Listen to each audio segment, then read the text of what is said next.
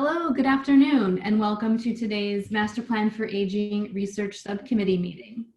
Today we are meeting via webinar and phone only, just as we will for all of the remaining Master Plan for Aging meetings, including our next Research Subcommittee meeting, which will take place on August 26th.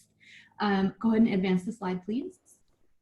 So we will post all materials online from this meeting today, including transcript, recording, and agenda. And the live captioning is available as always using the CC button at the bottom of your screen. Next slide. We will have time reserved for public comment at the end of this meeting. There will be 15 minutes reserved, and we will share these instructions with you when the time comes. But as always, we're welcome any public comment and feedback to our email, engage@aging.ca.gov. Next slide. And today we will be following AARP California meeting guidelines. So please, we encourage everyone to start and end on time. One person speaks at a time. Be fully present. Use respectful language and tone, and assume good intentions. Also want to share a friendly reminder with our panelists to please keep your lines muted unless you are speaking. Next slide, please. And now I'm going to hand it over to California Department of Aging Director Kim McCoy-Wade for welcome and introductions.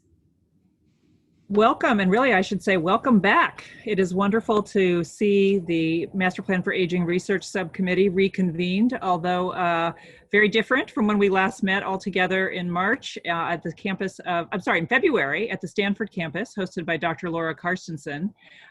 We were about to meet in San Diego at the hosted by West Health in March as part of our commitment to the research subcommittee, touring the state and visiting some of our state's leading centers for research and data-driven outcomes when, of course, we entered this unprecedented and very challenging time.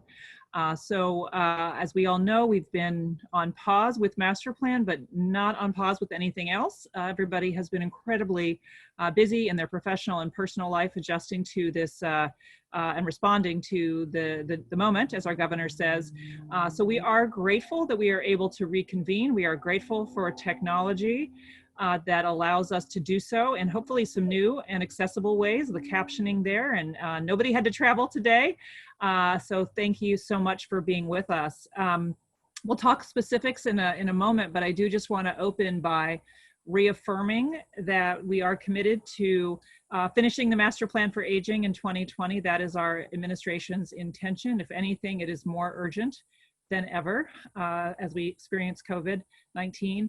Second, we are absolutely committed to having it be deeply informed by the lessons of COVID-19, some of which are amplifying and underlining things we already knew, and some of which are new and require us to be different and more innovative. And thirdly, we are committed to supporting each other's health and well-being as we do this work in this time. So while we have ambitious goals, we also first and foremost have to take care of ourselves and each other and our loved ones. So trying to do this work in a sustainable way, shorter meetings, reasonable goals, those are our intentions. So we'll see if we can do all three of those things. But in all seriousness, I hope everybody is staying well and staying connected. Before we launch into the meeting, let me introduce the CDA team.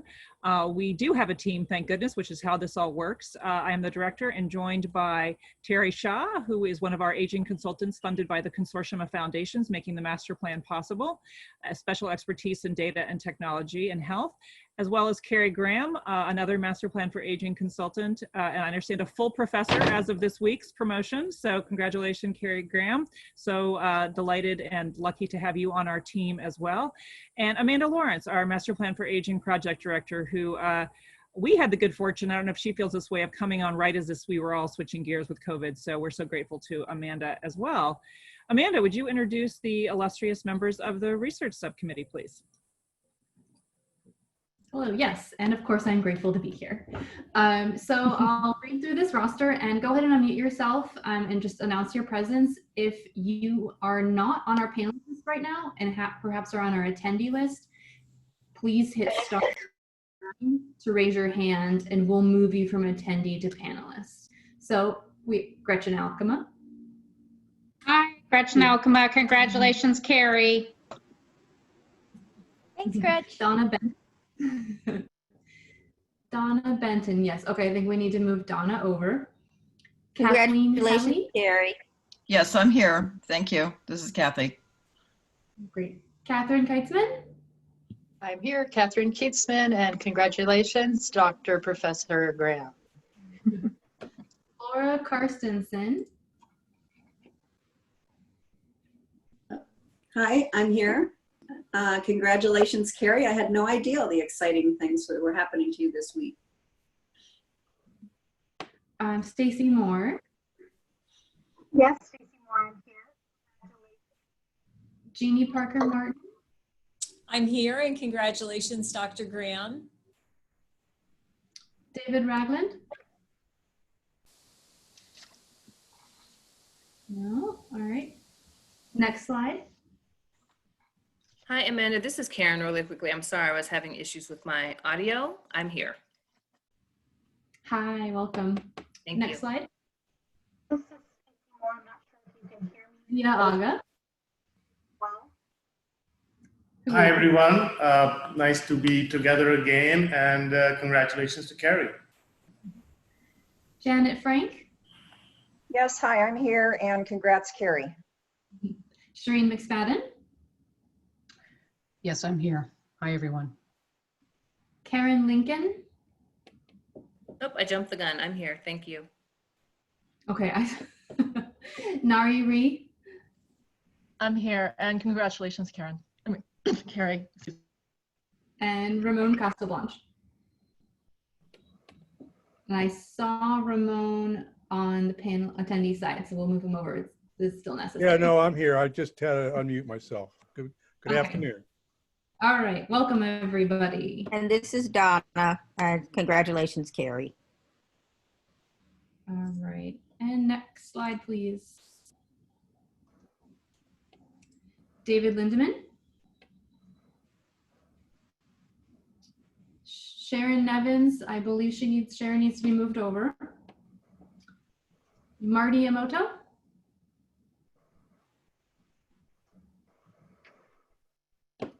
Jennifer Breen. Derek Dolphy. Present. Hello, everyone. And Christopher Langston. Good afternoon. Hi, everybody.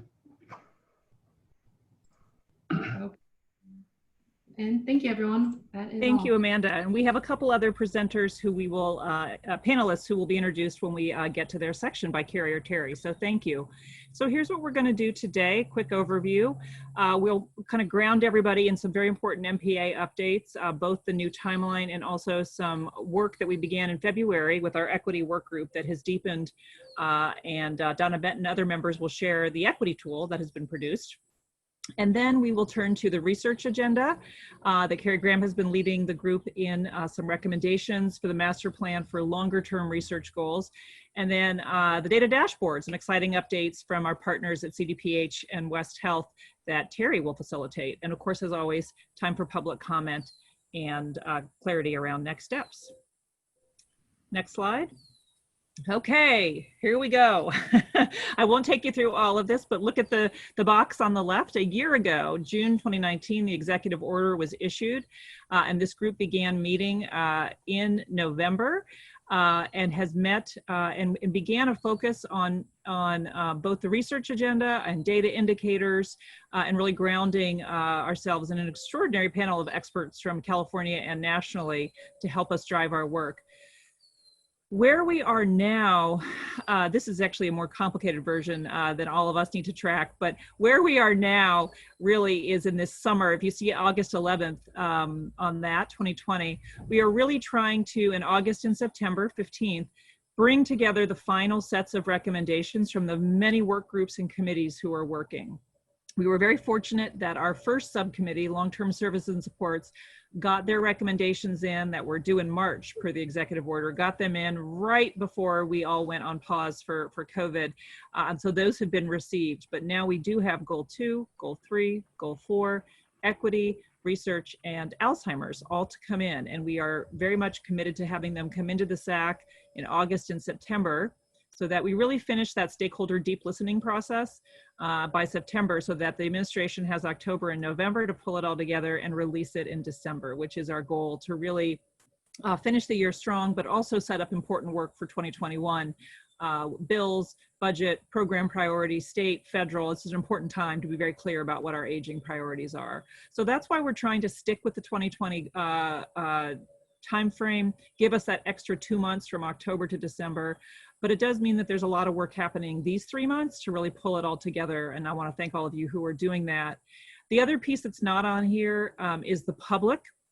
We are engaging with the public in a couple ways. There's a poll running right now, an online survey from our Together We Engage page, where I think, Amanda, last time you updated me was over 800 responses of how COVID's impacted you and how it should impact the master plan for aging, lifting up a range of issues, including ageism, including racism. And to that end, we are also very excited to be hosting a virtual town hall next week on ageism. Shireen McSpadden, one of the members here, is the key anchor of that event with many of her colleagues, the Meta Fund and others, really showing the way on how we can begin to end ageism and really drive the values of inclusion and equity and diversity that are core to the master plan and core to a California for All. And then we're, of course, continuing to engage with the legislature.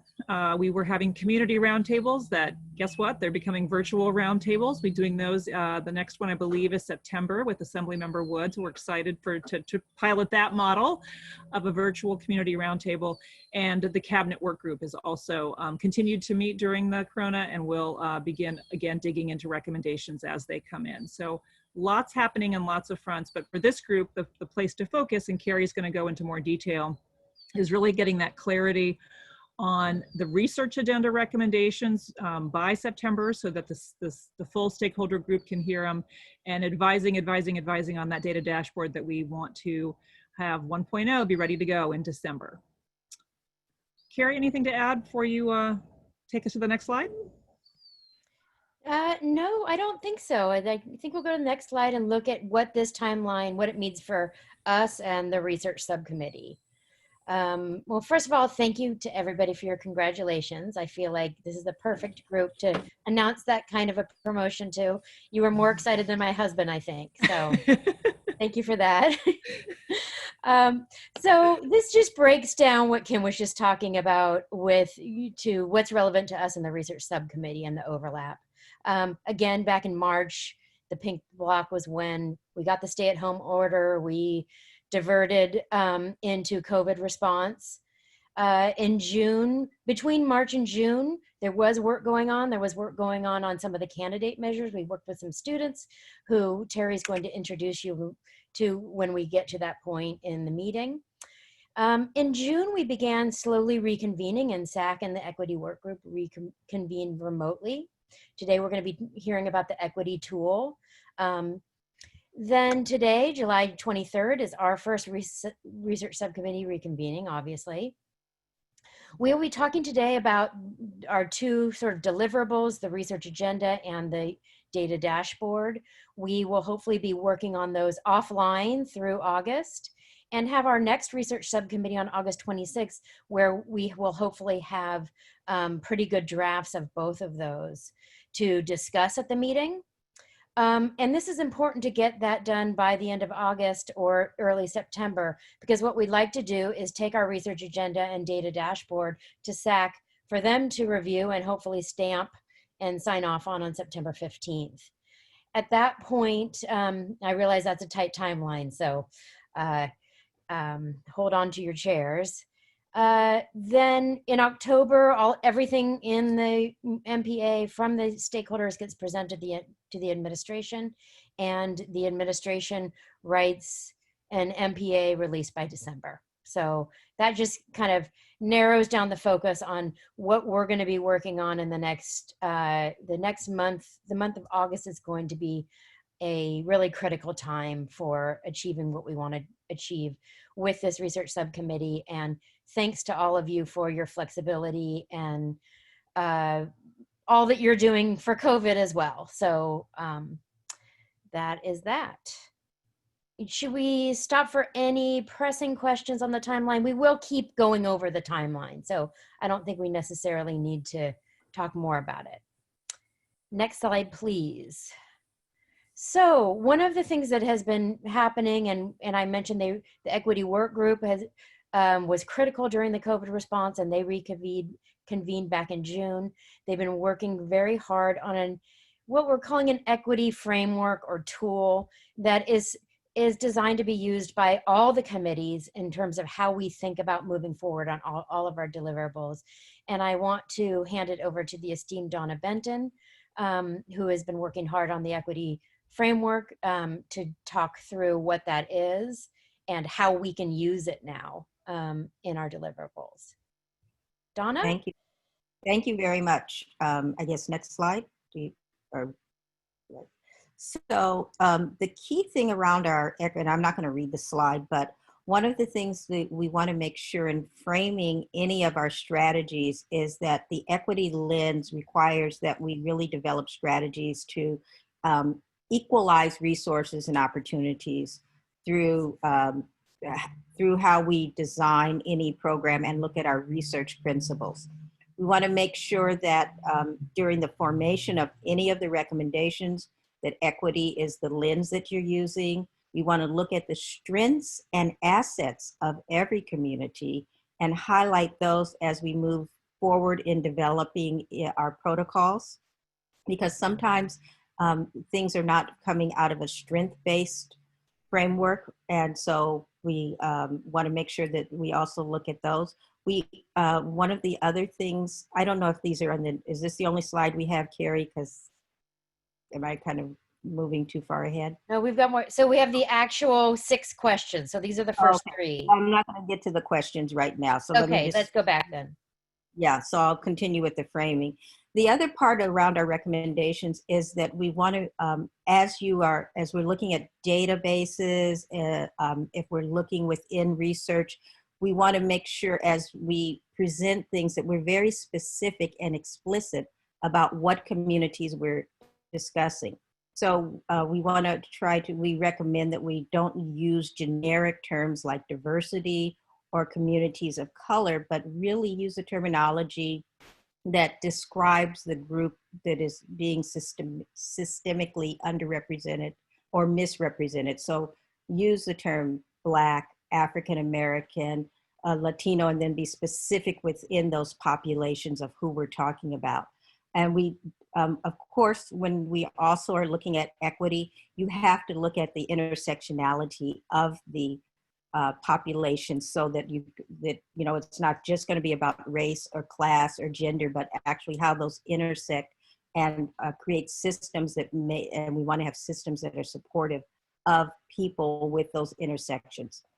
Finally, I think we want to make sure that we know that the health disparities that are systemic in our society have led to different outcomes. And so as we're doing our measures, we want to make sure that our outcomes look at the systemic system when we're doing the recommendations.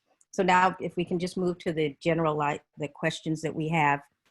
So we came up with a total of 6 questions that we feel are important when you're designing and looking at our research recommendations. So first of all, for our group, we're looking at what are really the gaps and needs and organizational barriers to further any kind of diversity, equity, or inclusion when you're making your recommendations. So these are questions that are important to review before and as you're developing your recommendations. And who's determining those needs and gaps? So have you talked to where is it in the research? Have you interviewed and talked to the people that it's applying to? And also who are the subject matter experts? So that's kind of question 2. When you're even determining the needs, you have to talk to the right population. Are the recommendations taking into account really the culture, language, and what communities you're going to impact? You don't want unintentional consequences when we're trying to determine needs.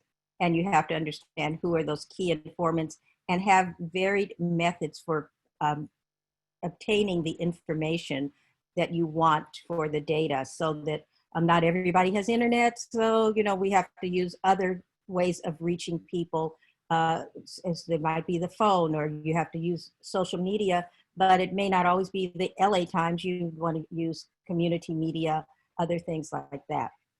Finally, when you're looking at your record for the last three, is how does the data or research help support the recommendations that you're looking at? And you want to make sure that it's conducted in a way that is inclusive and reflective of the demographic and cultural makeup of California. And California is quite diverse. And when you're looking at intersectionality and you're looking at the different populations, that means that sometimes we don't have that data collected. So when we're looking through recommendations, some of your recommendations are going to be dealing with where are the gaps in services. And then, as we've already said, build on the strengths and assets of the communities that we're trying to measure and look at for outcomes. And when you do propose a recommendation, you have to take in account the rights of the people and also be sure to look within groups such as disability groups and use the Olmstead Act for some guidance for your questions and your final recommendations. So that's what, when we're actually looking for the research, we're using these principles for the research, and we're reviewing all of the other recommendations so that they are fitting with these recommendations for our toolkit. I think that's it.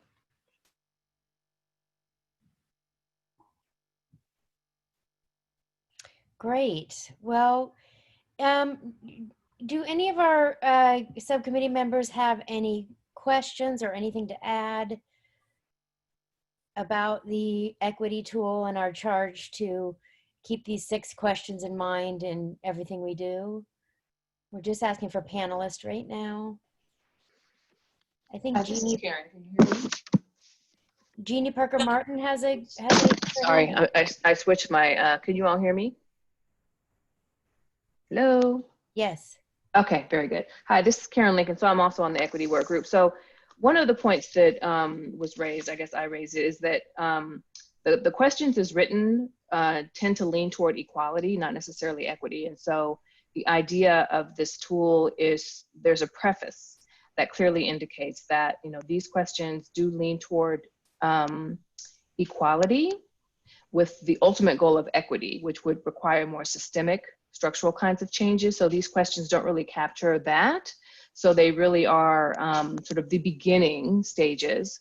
And then I think later at some point, we will be able to define what equity might mean in terms of some of these recommendations. But I just wanted to clarify for anyone who has an understanding of the differences between equality and equity, that these questions really are about first achieving equality, but they don't really get at the systemic level issues that we will ultimately need to address to achieve equity. Thank you, Karen. You're welcome. We have 2 other hands up. First, Jeannie Parker Martin.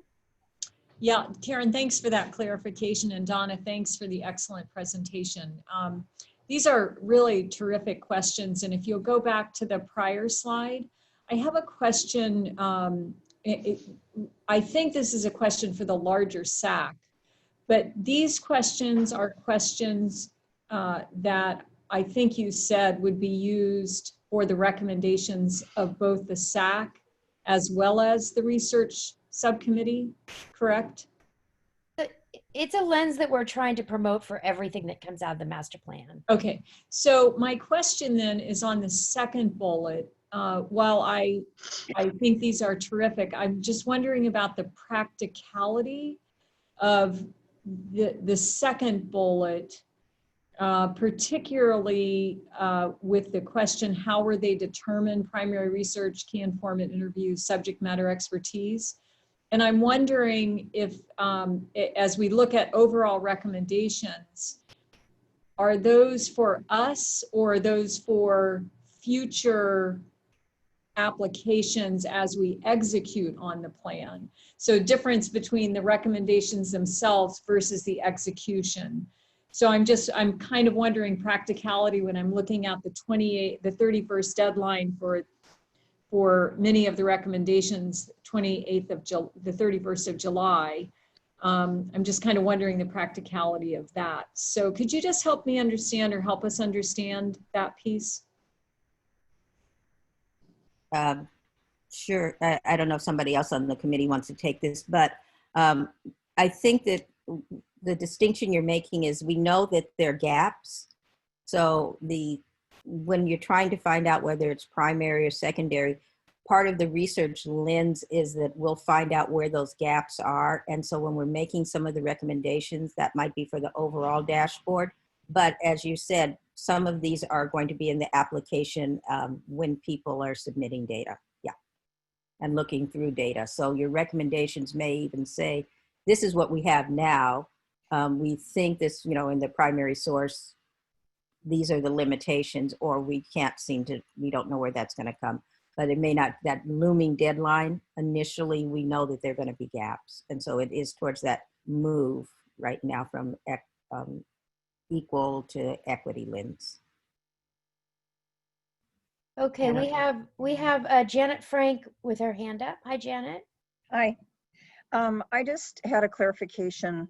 At the very beginning of your talk, Donna, you said you wanted to drill down and make sure that we are identifying the specific groups and subgroups that these recommendations apply to, rather than using generic terms like people of color or underserved communities, that kind of thing. And I'm just wondering, since I know there is kind of wanting to be parsimonious with the recommendations, whether or not, how to really balance that. Because I think you could have an entire list of, 10, 15 different subgroups, as opposed to trying to capture it within a more generic title, a more generic term. Karen, you may want to answer this, but from my initial response is that you can still, within any of the groups, when you say you use the term diversity, we know that there's some groups that are going to be at higher risk. So your recommendation may be that we're looking in diversity, but we know that this is the group that we need to target more because of the data shows that these are the impacts on this group. So then you may be more specific around what group that you're reaching out to. Obviously, we're not trying to do a checklist of everyone every time, but when you're looking through the data and the recommendations, you may be a little more specific. I don't know how else to respond to that. I hope that's partially helpful, Janet, because I do understand your concern for the length of our recommendations and how we write them. Anyone else on the committee want to help me out here? I'll just add that parsimony obviously is very important, but, similar to COVID, we are sort of mentioning certain groups that might be more sort of burdened, to put it nicely. And so I think when we talk about language, we might be referencing certain groups, but we also want to make sure that, there are some cultural issues that we need to attend to, so that, say, I brought up the point that African Americans are hardly included in discussions about language because English is our first language, but many of us can't read it, can't understand it, can't sort of really access the text as written, right? So it's really, if there's a way of moving away from people of color, sort of lumping different groups and aggregating different groups that might have different needs, we might want to find a way to highlight some of those differences to suggest that people need to take, the heterogeneity within and across communities into account.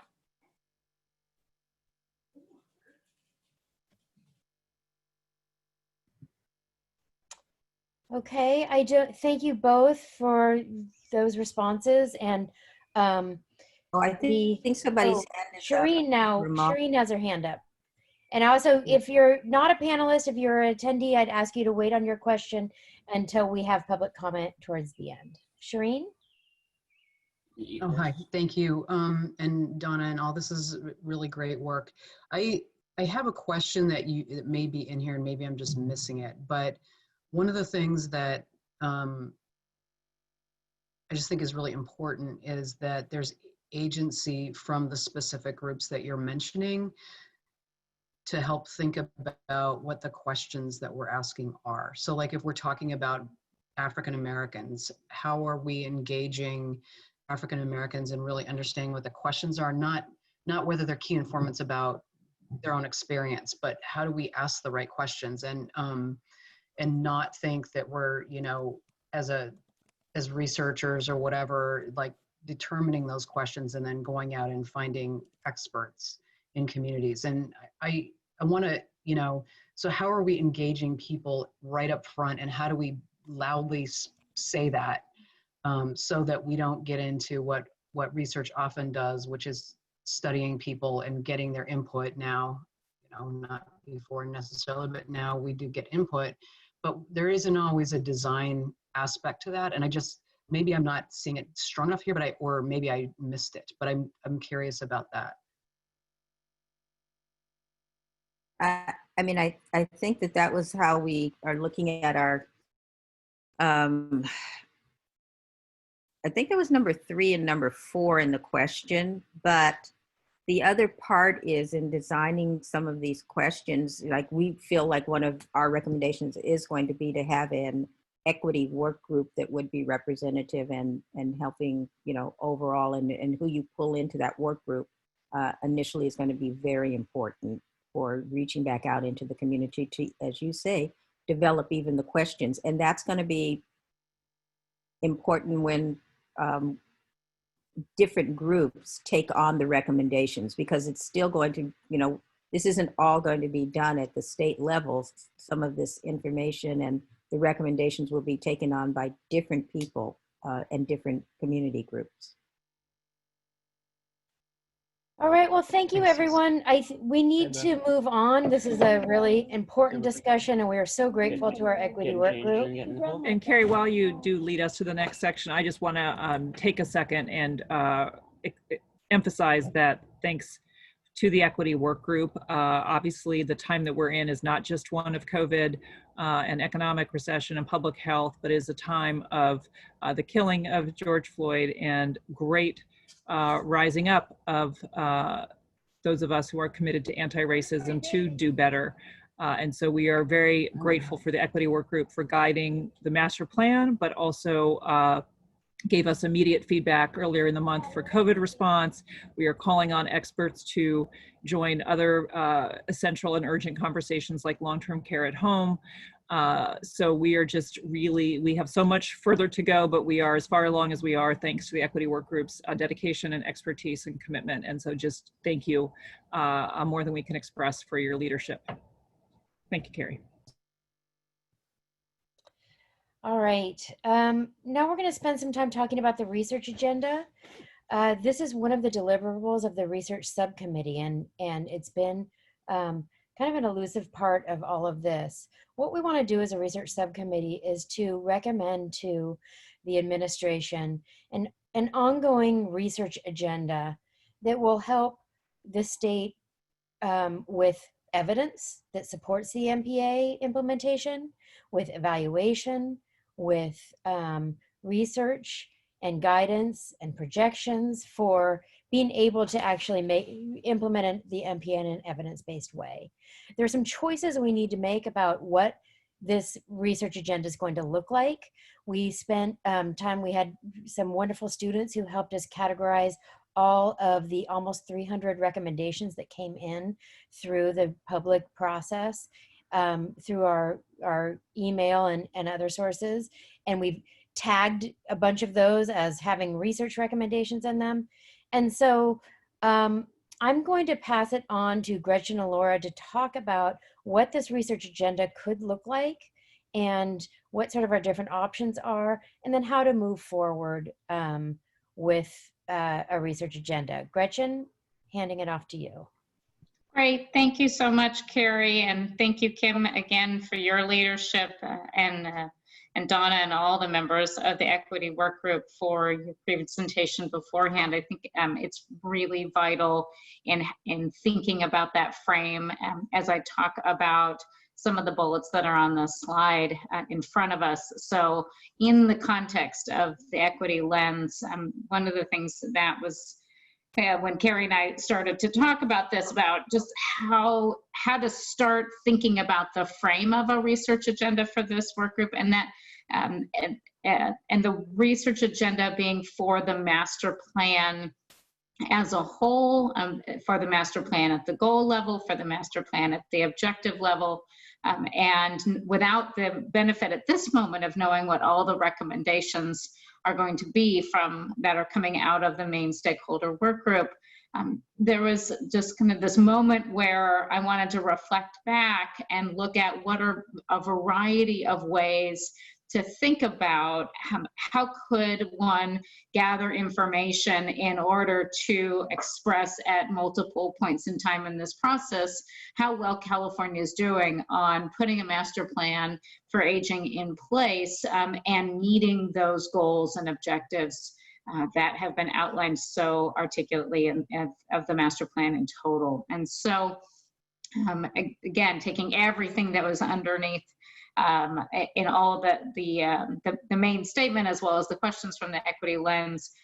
These are a series of bullets that came forth through my brain to just offer us perspective as we start this work, because I think it's easy when a loaded term like research agenda comes forward to a group of incredibly accomplished people and people who work at really different levels inside of communities and inside of information gathering and information synthesis and reporting out, that we could all take this concept in our own way. And so by no means is this a specific definition, but it is a way of thinking of some framing about how might we put a research agenda draft together in order to deliver that to the main stakeholder work group for consideration, which then ultimately, I think it's important for us to remember that we are a subcommittee of a stakeholder work group, and that stakeholder work group is advisory to the cabinet level work group. So everything we do is about providing advisement, and then the cabinet level work group with Kim's leadership and Dr. Galley's leadership moves forward to develop the master plan. So with all that backlog, some of the things that I was thinking about as considerations as to think about how might we develop a research agenda that is considering of what are the service structures and processes in place around all sorts of aging associated programs. Those could be, really direct programs that come out of CDA. It could be things in the transportation world and the education world and the housing world, all kind of across the spectrum of government, and as well as those that are regulated over the overarching structures of government. What might be service utilization and expenditures that we can appreciate, and again, through that equity lens, for whom, in what ways, what are the outcomes, all of that. And so examples that I articulate here, if these are clickable links for those of you who may not be familiar with some of this the terminology, but CAMRI, the California Medicaid Research Institute, that's out of UCSF.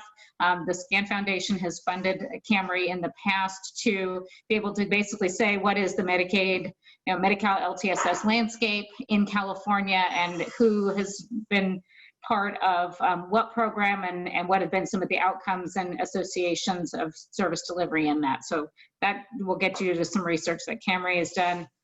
Also, Washington State has a pretty robust data information system, and so this link goes to an AARP brief about how Washington State has gathered data and then analyzed it to help them think about service planning and utilization and expenditures. So just an example of what might we want to think about in terms of using data for both gathering data for evaluation and then utilizing it to see how successful we are in the master plan. The second bullet is about really getting, I think, to the heart of much of what Donna and Karen and others were talking about before, is about people's experiences with care and services, as well as identifying care models that work for whom, under what circumstances, and what are the components of success, and where are places that we can continue to do better. And So a couple of examples in terms of getting people-centered information as the Coordinated Care Initiative evaluation that Carrie Graham and team led about the surveying people who were duly eligible both in and out of the counties that had in the financial alignment integration, as well as the California Health Interview Survey. And Catherine Keatsman can talk extensively about how they get Californians' experiences across the board on a number of different data points. So questions for a research agenda would be, you know, what are those things that we want to hear from people's experiences, and how do we fund that kind of work in order to have a really robust analysis, and what might those questions be?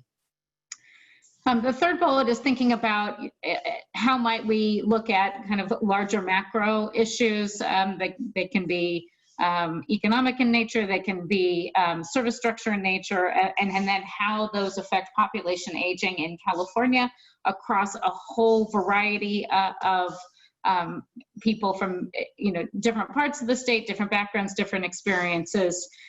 And that could be things like available housing stock, as well as labor market and population trends, planning for large-scale services, et cetera, with the idea that in order to address structural inequalities in aging and across a whole variety of populations, that what's happening in the macroeconomic environment really matters in order for people to live well in the place that they call home as they grow older. We could also consider something that would be maybe a large-scale survey that could be inside of CHIS. It could be inside of, you know, BRFSS for those of you who are familiar with that tool. It could be something entirely different, and it could be one of those big questions that's basically, as you know, are older Californians from a whole variety of different kinds of groups and experiences, are they better off than they were 2, 5, 10 years ago? And again, that's getting to the highest level of the master plan for aging, which is about helping Californians age well, again, in the place that they desire to be. You know, that could be another way of thinking about how do we measure the effectiveness of a master plan as kind of something that's more of a temperature touch point over time. And that there can be many, many different sources who can participate in this, both in terms of putting this, gathering the information and putting the analytics out, as well as you know, collaboration with each other. So this could be inside of the state, it could be inside of the university systems, both public and private. It could be inside of think tanks, other private sector entities, polling entities, you know, thinking really, really broad about how do we understand how well we're achieving the goals and objectives of the master plan for aging. So I just kind of wanted to set that table a little bit in terms of thinking about you know, how might we move forward in developing a research agenda? And I'm going to turn it back to Carrie, who has a series of ideas and recommendations that her students have synthesized together, just again, as a starting point to put our brains around what might be a draft agenda for our consideration, and then ultimately goes up to stakeholder work group, which then ultimately goes up to the cabinet level work group. Thanks, Carrie. Okay, thanks, Gretch. I mentioned before that we have a lot of research recommendations that have come in. Some are cross-cutting and some are more focused on specific goals or specific small detailed topics. Some of the cross-cutting research recommendations that we have include something that Laura's going to talk a bit about more, is just to create an MPA, recommend to the administration that we create an MPA Research Consortium for ongoing research and evaluation that could be a group that's informed by the MPA stakeholder process in an ongoing way. There's large recommendations to generally create a data warehouse where aging programmatic data, Medi-Cal data can be merged and easily accessible. Another cross-cutting recommendation is prioritizing data collection and distribution of data to monitor equity and disparities, and conducting research on the digital divide. Next slide. I'm going to go through these really quickly. Goal 1, there were a lot of recommendations about things like adding an LTSS module for informal caregiving to the CHIS permanently, analyzing IHSS data. Next slide. There were research recommendations that came in Goal 2 and livable communities, things like identifying factors that lead to successful age and age-friendly communities, creating and distributing community surveys. Next slide. There's a lot of research recommendations that came in very specifically on health and well-being goal. Identify health services gaps by area, like oral health, geriatric, increase data collection for behavioral and mental health, track outcomes and financial implications of skilled care versus in-home supportive services. Next slide. And some research recommendations that came in for economic security and safety, things like evaluating shared housing, creating standard protocols for elder abuse, and all of those are accessible to all of you through the spreadsheet that we have, and I've shared a lot of these research recommendations with all of you. Next slide. So I want to hand it over. We really need to think about the scope and what this research agenda is going to look like. So I'm going to hand it over to Laura, and just doing a time check-in. I want to make sure that we keep some time to be able to discuss. So Laura, I want to hand it over to you to talk about what our research agenda should look like. Great, thanks, Carrie. This has been really interesting to hear about the equity tool and the other kinds of work that's been going on in collecting different ideas for research. What I would like to do is to see if I can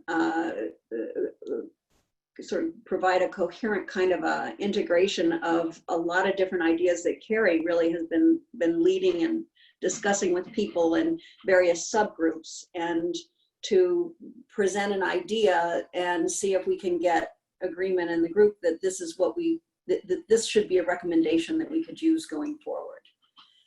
And the overall aim, of course, of the research agenda is to understand how older Californians are doing, and then importantly, is the master plan working? So to be able to evaluate over time as different recommendations are implemented, whether or not they're having an effect and the desired effect on individuals, who's being affected and who's not being affected by the kinds of changes and programs that will be implemented. So what we'd like to do is to have an ongoing research agenda, something that spans a decade, and at the end of the decade, maybe more, but to operate continuously alongside the master plan implementations. And the key principles that are guiding this kind of overarching research proposal would be transparency and equity. So we want to be able to know what we're doing, to have evidence for it, for people to be able to access evidence. We want to know if programs aren't working. We want individuals to be able to eventually be able to find out what kinds of programs that may be working but not for specific groups and so on. So we want to be as transparent as we can, and we want to conduct research that's going to allow us to assess that. So here's the idea, and again, I'm just really summarizing what a number of you have been talking about in various groups. One is we could have a research agenda or a research arm of the master plan that would have 1 million different questions being asked by 1 million different people, and to try to have some kind of a database available that people would be able to access in individualized ways. Or, and this is what we're proposing today, would be to have a broader approach in which we appoint a consortium of people who will develop cross-cutting research questions and possibilities over time. So this consortium will be kind of overseeing the research effort that's going to allow us to see how older Californians are doing, and hopefully how they're improving over time. Now, one of the things I like best about the consortium idea is that it really reflects, I think, maybe an unanticipated consequence of the master plan and the historical period even in which this is unfolding. And that is, it has brought together researchers, service providers, policy experts, representatives from area agencies and organizations that serve older people. And it's happened in a historical point in time where COVID hit us, and a whole movement aiming for racial justice has arisen in a novel and powerful way. And as these historical things have happened, I think we've gotten to know each other. So researchers who may not have known some of the people working at the state are getting to know them, and vice versa. And people from different universities who never knew each other before have come to see what we're doing. So the idea would be we take this potential, this kind of social potential of the diversity of the people participating in the master plan, appoint a group of people who are going to kind of oversee this and help to make sure that as we measure change over time, we are adhering to our basic principles. We are asking questions about the ways in which people are or are not being served. I was struck by Shireen's comment about engaging communities along the way, you know, sort of to help develop the research agenda. And so this consortium would do all that. It would be operating not as a one-shot deal or something in which individuals are working on various projects, but it would pull us all together to have a kind of a group who will oversee and help to develop the big picture of the research agenda. Eventually, this of course can end up being, you know, we develop a large database and could add to it. We both find out what data are available now, harmonize different data sets, bring that all together, implement it, do additional data collections. Gretchen was talking about a survey. We could pull this together. And eventually, this database would be able to be service oriented. So we could, once we got a core set of data together, people could come in and say, here's my question, and it could be addressed by this core research effort.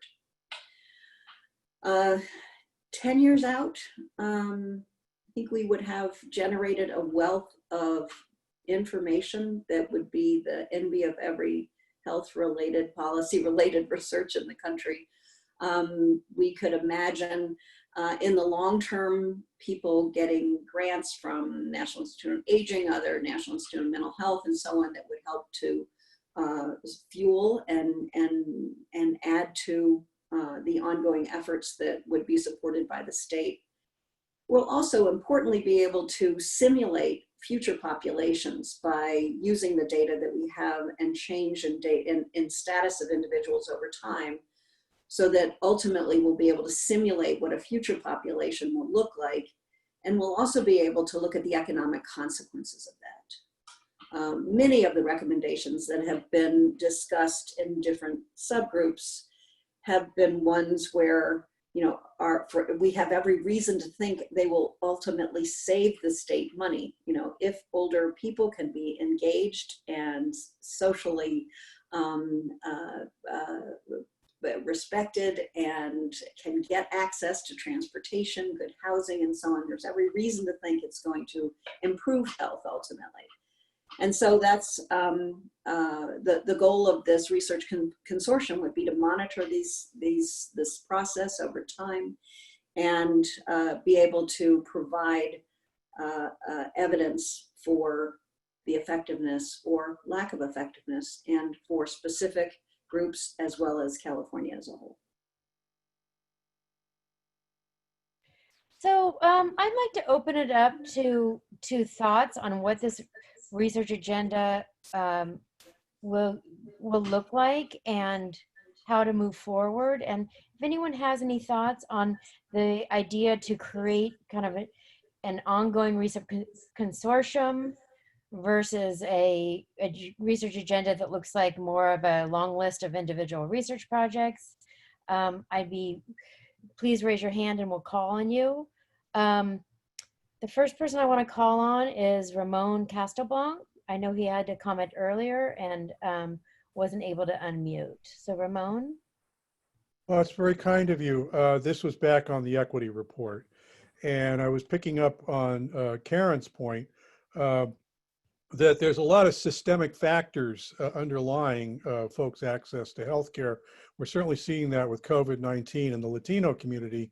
Turns out that, you know, it's their jobs, it's their transportation, it's their housing, it's their access to healthcare, there's their insurance, all kinds of factors affect whether or not they can get care.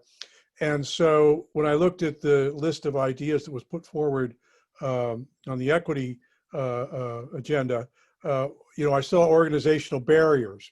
And I wondered if that was just, well, you know, the person at the state agency who answers your phone speaks Spanish or not, or if it's, you know, we're going to look at the broader set of variables that affect access as part of the equity agenda. And as long as I've got the agenda, the mic, I should say, I would think also on the research agenda, I would hope that, you know, we track not just sort of the internal workings of our system, but all of the external factors that, you know, what the housing costs are in various parts of California, things like that, that affect access to care. So that was my point I wanted to make, but it was on the equity item. Thank you.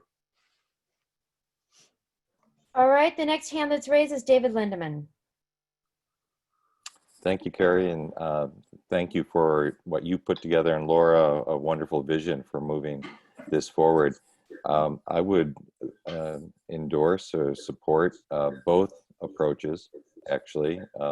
Creating the list of topics that you so nicely put together, Carrie, with your team, really does identify some of the high priority areas. I think the key issue would just be the reinforcement of the lens at which we look through them, as you were talking about, and Laura, you were mentioning, whether it's for first and foremost improving quality of care and outcomes, second, or the well-being of individuals, and second, if it is around costs, et cetera. I think those would be very helpful. It sets up an agenda for the future. But the consortium is a brilliant idea. I think the idea, Laura, of having it, how to frame that so that it is not, does not impose or expect specific costs for the department or the state, but that could be put together in a nimble fashion that would be flexible to allow for changes over 10 years. We have some great researchers here in the state, of course, who would, I'm sure, all like to participate, but there will be others, and private sector, other organizations that we would, and even potentially national and international people that we would like to see in there. So I think framing that so that it would be flexible to allow for changes, and when issues such as COVID hit, that it could be really reflect and move, like some of our universities have very successfully pivoted completely to focus on COVID for the time being. I think that would be a way to do it. And I'll just go offline again.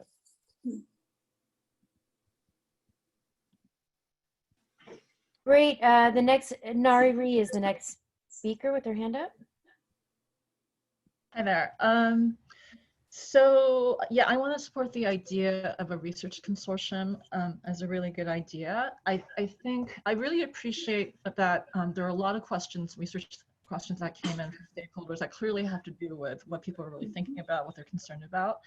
And at the same time, I'm seeing, I do think that somebody needs to be thinking about some of the macro large scale issues, both in terms of how to frame research questions, right? So because we want to know how seniors are doing, how older adults are doing. We also want metrics for figuring out how do we know that the policy interventions, right, that are being implemented are actually working, right? How do we actually measure that and detect that? And the other piece I want to mention in here, which is always like the thing that is sort of last on the list or nobody thinks about. I had a law professor tell me, one law class that I took that basically nothing matters unless there's a budget figure attached to it, right? So I'm just kind of wondering, where is the place for figuring out, for instance, you know, with the number of people, this comes up with long-term care, right? Which is with the number of people who are retiring in the next, right, umpteen years, with what's happening with retirement income and what's happening with disability status and all of that. What actually is the need, right? We know more people are going to need long-term care, and the question is, how much is that going to cost? And so that's just one example that it would be nice to see, at least for some of those, just some thinking about the cost implications of what we're seeing in the data. So I'll sign off there. Could I jump in and respond to that? I thank you, Marianne. I so agree with you. I also think part of what a consortium could do in a sort of a broad research question and evaluation effort would get at the economics better, I think, than the individual questions, which are really important to answer. In many ways, we'll get it, you know, in greater fidelity answers to questions that are important also. But for the economics of this, to be able to, then I think we need to be able to look across different factors, from organizational to the cost of housing to, you know, access to healthcare and so on. Then I think we can start to see where money is being saved. And I would be afraid that if we looked at it narrowly only, we could miss that. Because, for example, sometimes when you increase access to healthcare, what happens is healthcare costs go up. And you can look at that alone, right? And anyway, you know where I'm going here with this, Mary. But if we look at it more broadly and we follow people over time, we'll be able to get at evidence for, or possibly against, but we'll be able to get evidence for the economic consequences of the plan. Janet, you're up. Yes, I also want to support the idea of a research consortium. And I think that, you know, big questions and being able to kind of track things as they move forward is really important. So I do think that we need to know how the Master Plan on Aging process has worked. And I think that if we need to have some kind of a research agenda, and it gets back to some of Gretchen's first bullet points on her stuff. We need to be able to track whether or not there are expenditures being put, or, you know, budget being put behind the recommendations. A lot of the recommendations had ideas about how to evaluate them. So I hope in this consortium, as it goes forward, there will be some kind of a subset of implementation research around the master plan recommendations themselves and what gets done, you know, and that kind of thing. Because I think that those kind of questions are going to also be very important for us to understand, especially since we've had so many major things that are perhaps budget diverting happen over the last 3 months. So I think that kind of thing is going to be very important. Thank you. Great. I'd like to recognize next Christopher Langston. Thank you very much. I think I would just like to suggest that because the budgetary situation is so problematic, it's really important for us to prioritize a couple of things and recognize that the state's ability to do anything is going to be limited. And so perhaps our biggest opportunity to help is to suggest what is worth spending money to try to track and to measure. I think, you know, access to services, the quality of the services, and then the benefit of those services to older adults and their families are sort of, you know, along with understanding that across the complex racial, linguistic, and geographic diversity of California, you know, is a beginning of that kind of basic agenda.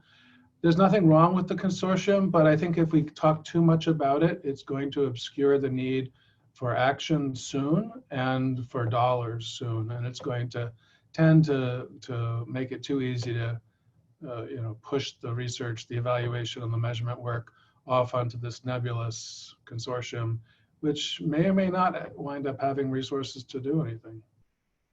Thank you. Thanks. Jennifer Breen.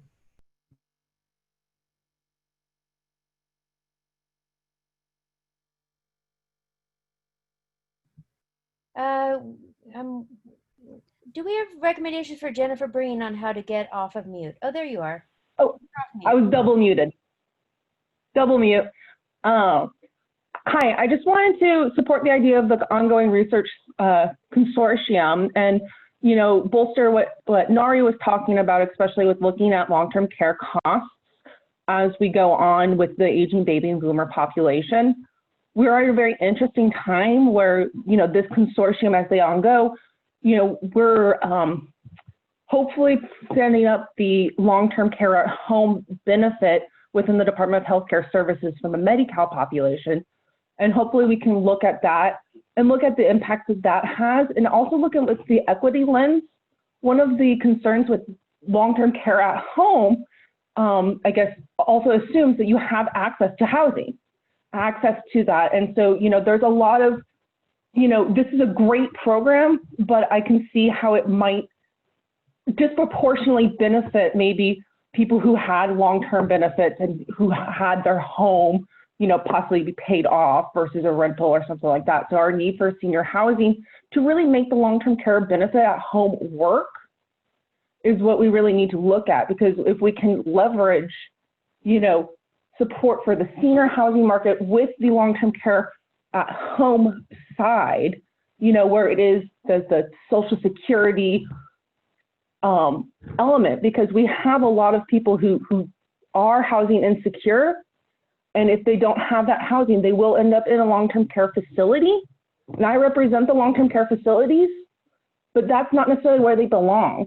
And we're going to have the need for the medical need for the beds that we have in the facilities now.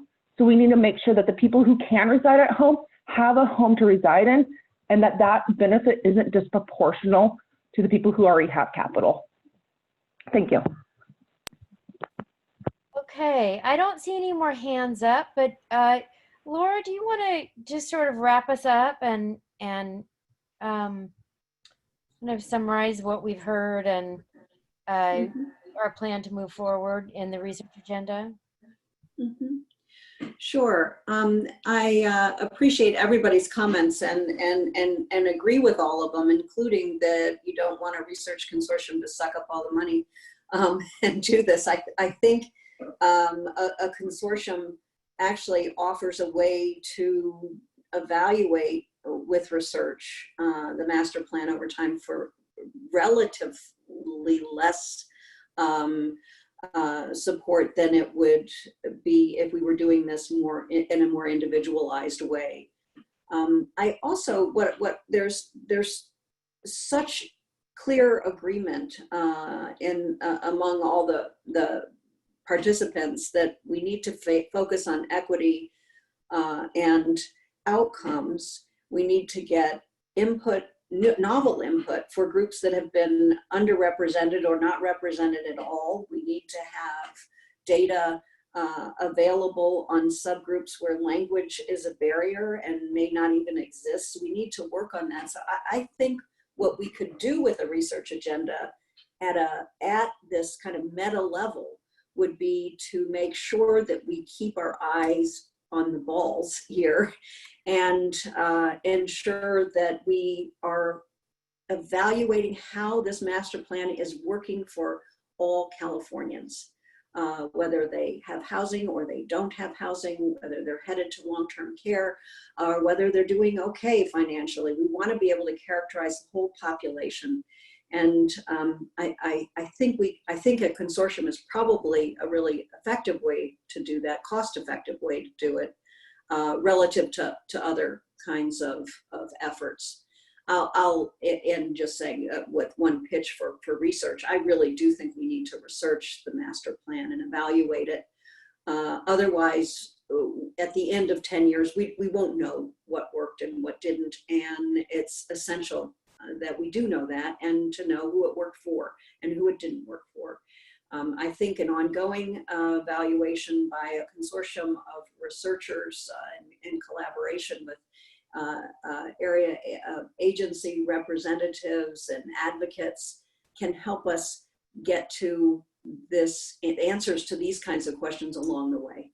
And I think we'll be able to really highlight what we're doing and the effectiveness of it. I think California will lead the country if we're able to pull this together in evidence-based intervention. All right. Thank you so much, Laura, Gretchen, and everybody who had comments. And I think we'll talk about next steps when we get towards the end, but I'll be following up with each of the goal groups to try to pull together maybe a representative from each to work on hopefully a research consortium with some overlay of examples and ideas for specific evaluation of the master plan. And with that, I'm going to turn it over to Terry, I believe, to talk about the dash. Hi, everybody. Thank you all for being here and for the great discussion so far. It's so nice to reconnect with all of you. I'm really excited to share with you, or actually to have the real experts behind these prototypes, share with you some prototypes of the data dashboard. So I'm going to keep my remarks extremely brief. Let's go to the next slide. So first of all, I note that while many of us were on pause from MPA doing other extremely important work, some of us were also still doing some behind the scenes work on the MPA. And I particularly want to thank a set of students from the University of California at Berkeley who helped us pull together the many recommendations that Carrie sort of summarized earlier, as well as pulled from all of our many inputs, SAC meetings, LTSS subcommittee meetings, equity work group, et cetera, pulled out all the input that they could find that indicated some nature of recommendation around candidate measures or data points that we might include in our data dashboard.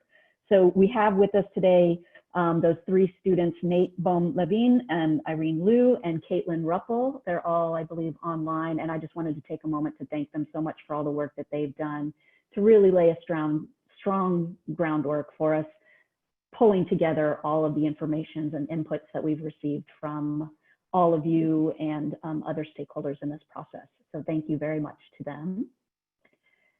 And then I also want to say thank you to two teams who've really they've picked up the ball from the candidate measures and really started narrowing us down into some prototypes of what this dashboard could look like and what kinds of indicators we might be able to include in it. And so we've got two teams here with us today. We have from the California Department of Public Health. Let's go back to the prior slide so that people can see the names as I say them.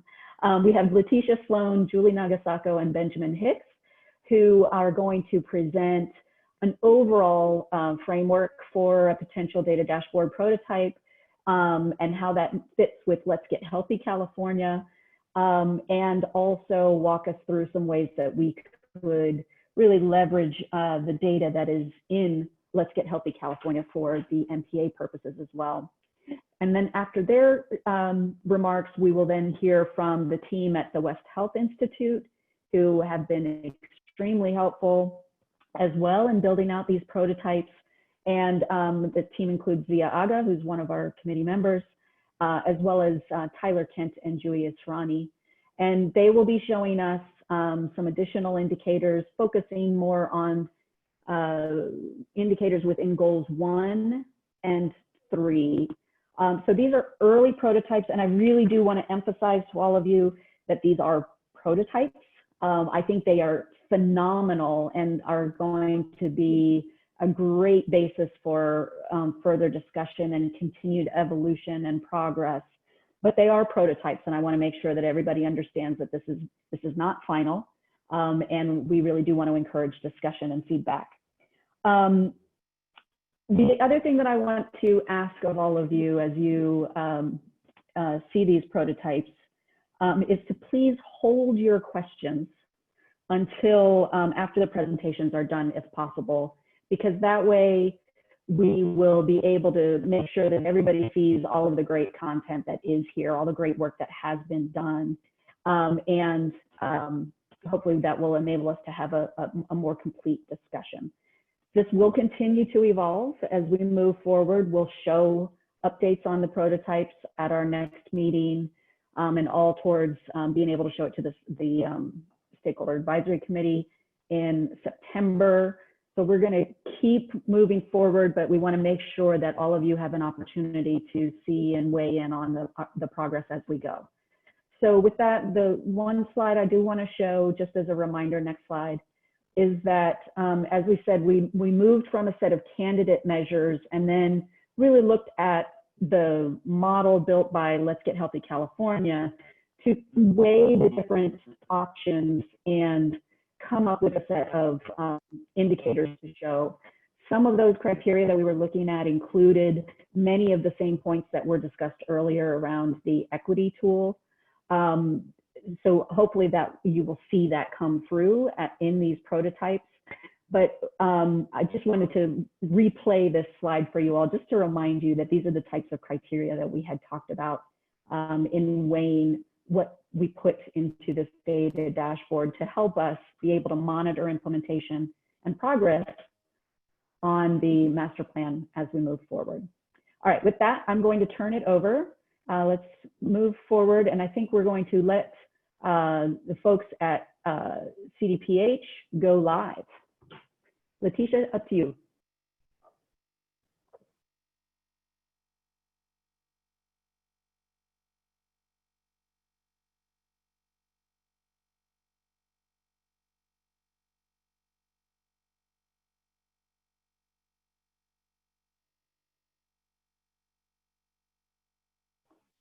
Can we unmute Letitia? It looks like she's muted on the system.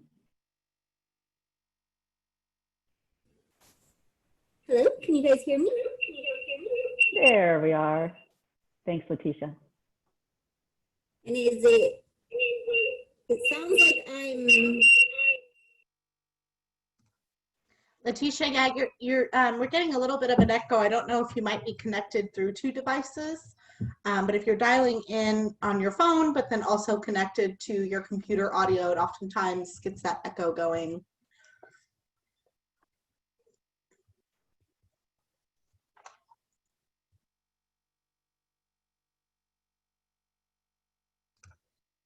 And I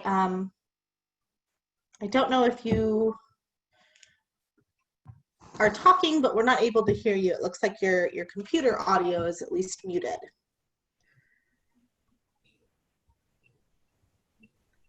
Can you guys hear me now? Oh, yes, but I think we're still getting an echo. Yeah, it seems like I have to unmute both to talk.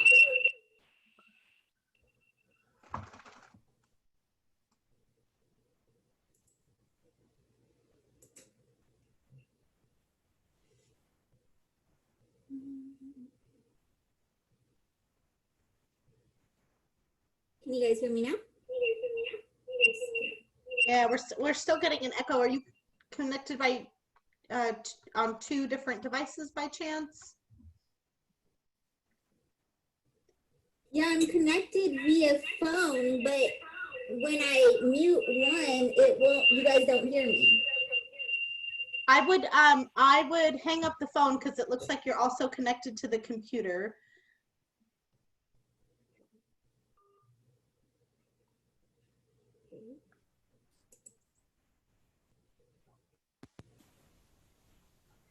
And then, go ahead, Letitia, were you trying to say something? I think we can hear you in the background.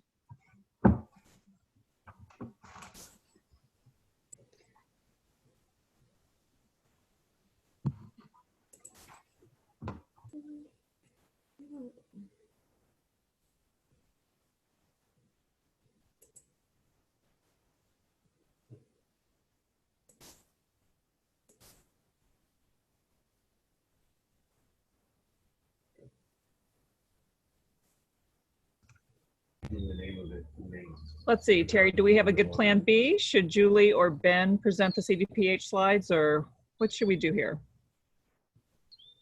Looks like Ben can talk. I can talk. Can you hear me? We can. Oh, fantastic.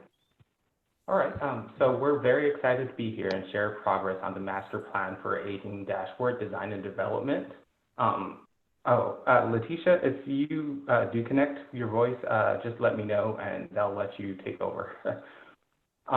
It's important to note that our presentation today is sharing early mock-ups and they're subject to change as we are based on the needs of the evolving MPA framework, timeline, and feedback from partners and leadership. As two aligned and mutually reinforcing health improvement initiatives under the California Health and Human Services Agency, the Master Planning of Aging will be developed within the existing Let's Get Healthy California website infrastructure. The MPA dashboard will be a unique direct URL and will also be accessible through the main navigation of the LGHC website. One of our objectives is to integrate these complementary initiatives to provide a comprehensive message about how our state agencies and how our partners are working to improve the health of California. As our state health assessment and improvement plan, the Let's Get Healthy California framework is meant to provide a snapshot of the health of the entire population across a range of conditions and factors. Furthermore, Let's Get Healthy California works to advance health equity by reducing the disparities across health outcomes. The framework lays out 6 goals and lays out 6 goals and a set of key indicators that, taken together, provide a shared measurement system for tracking progress at both the population and systems level. Based on the wide-ranging feedback, Let's Get Healthy California may revise the current end-of-life goal area to healthy aging, as you might see right here. We'd like to also include a feature highlight on the Master Plan for Aging as an extension of this goal area. We've identified interest in 3 types of dashboards. So our first one is a dynamic demographic dashboard that includes descriptive measures to better understand the breakdown of population across a range of demographic categories. This dashboard will be embedded on the MPA landing page. Summary level progress dashboard. Next is the summary level progress dashboard, and that includes all the indicators, including the baseline, current, and target values, and the status of progress for each indicator. This dashboard will be embedded on the progress page. Detailed indicator visualizations will also be viewable through the colored links. These visualizations are where a user can explore how indicator breakdowns within various demographic and geographic granularities. These dashboards will be embedded within the Go pages or some other form of subpage. For the purpose of the progress dashboard, we're leveraging a scorecard software scorecard software. This software is based on results-based accountability framework. Results-based accountability promotes ends to means thinking and supports transparency and accountability. RBA includes 2 levels of accountability, population and system or performance. And let's dive into this display of an indicator.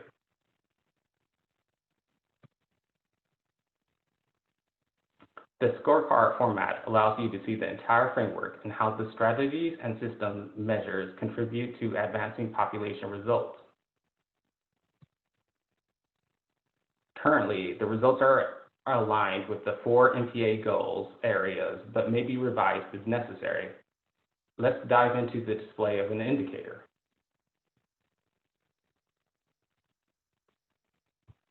The scorecard includes multi-year display of data, allows us to monitor the trend and apply turn the curve techniques to improve results.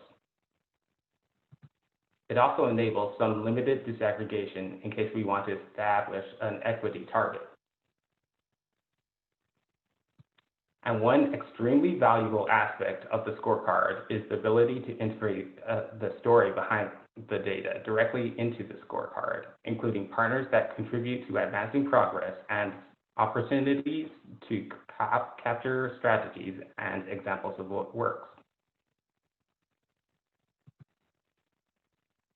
Next, we want to share progress on the demographic dashboard, which includes descriptive measures to better understand the breakdown of the population across the range of demographic categories. We want to note two key goals for this dashboard. One is to provide a summary view with key demographics and charts to be able to download and include in communications and reports. And two is a detailed view where you can do a deep dive into various demographics to view the trend in each category and see how it plays out geographically. Please note that the data in these dashboards is from the California Health Interview Survey. And for the purpose of this presentation, we'd like to focus on the overall design and functionality. We're still working on the underlying data some. So I'll go ahead and switch to the live mode for a moment. Please bear with me. So seen here is the summary view of the demographics dashboard. This will default to the California view, but will allow breakdowns by county. Note that because this data is from the California Health Interview Survey, some counties will be aggregated together. The data can also be viewed by year as well as comparison group, as seen here. Oh no. There we go. Year and comparison group. I currently have research disparities selected, which makes our estimate proportionate within the age group and allows us to compare different demographic substrata, such as males who are age 60 or older versus females who are age 60 or older. Our demographic substrata total 100% here. For now, I'll continue, right now, I'll go ahead and select research population size.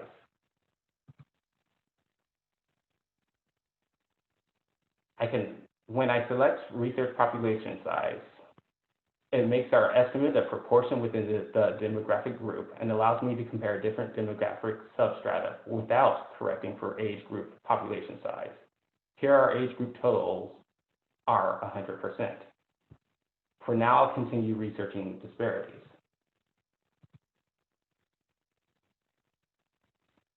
When hovering over a figure, you'll notice it shows percent and asterisk for the value that if it's statistically unstable, the confidence interval, the frequency, and the 2013 through 2018 trend line. The entire concept behind this display is to show multiple demographics as a static display for a given geography. A detailed demographic display is also available.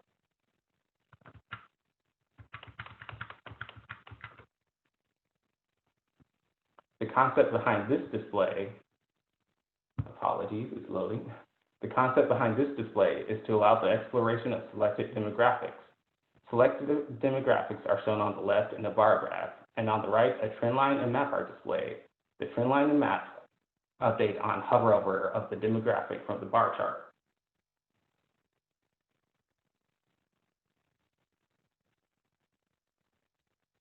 Additionally, confidence intervals can be toggled on or off for the bar chart.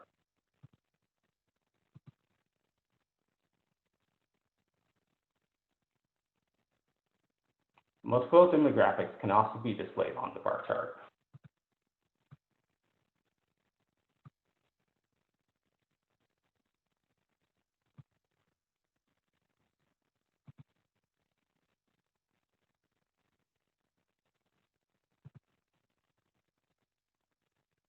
Finally, when hovering over a demographic substrata with insufficient survey respondents, the county estimate is not displayed on the map. We're currently looking into additional year aggregates to stabilize and show more estimates at the county level. I'll go ahead and switch it back to our main display.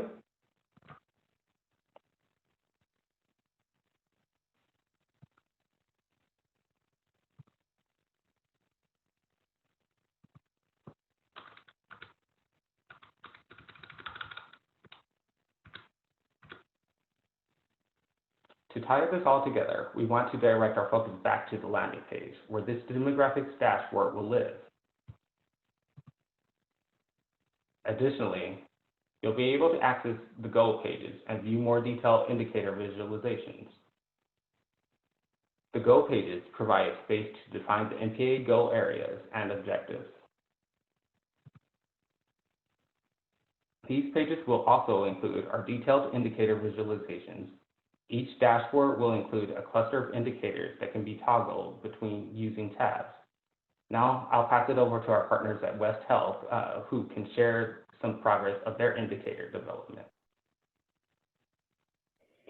So this is Terry. I'm going to break in for just a moment to say, first of all, Ben, thank you for being a hero and picking up in the gap. And also to note that Laura Carstensen, I think, had a hopefully quick question that we can resolve before we move on to our next presentation. Thank you. I think this is great, and I love that you're getting at the county level on these outcomes. The one thing, though, that I wonder if is possible would be to look at multiple factors in the same question, right? So you want to know about, for example, if I want to know how low-income Latinx women in Santa Clara County are faring on one of these, can I get at that through the dashboard, or can I only break it down by ethnicity alone, gender alone, county alone? That's my question. Currently, it's by one demographic alone, but we can also pull additional data to display on the dashboard. As we said, this is from the California Health Interview Survey, and they do allow cross-tabulation of the data itself. It'd be great to get it. I mean, for all the reasons we're talking about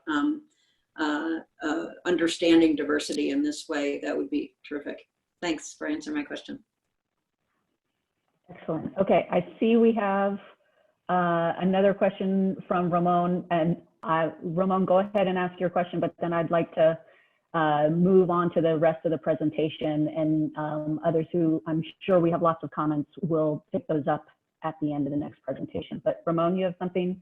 Yeah, thank you. So when I looked at the map, it appeared to me that you had Crescent City and Susanville in the same geographic area, because I think you mentioned that you do some county breakout, but then you also lump together counties. And so at least visually, it looked to me like you had Susanville and Crescent City in the same area, which from a functional point of view, you know, they're over 6-hour drive apart. It wouldn't make much difference to talk about the care that's available in Crescent City to somebody that lives in Susanville.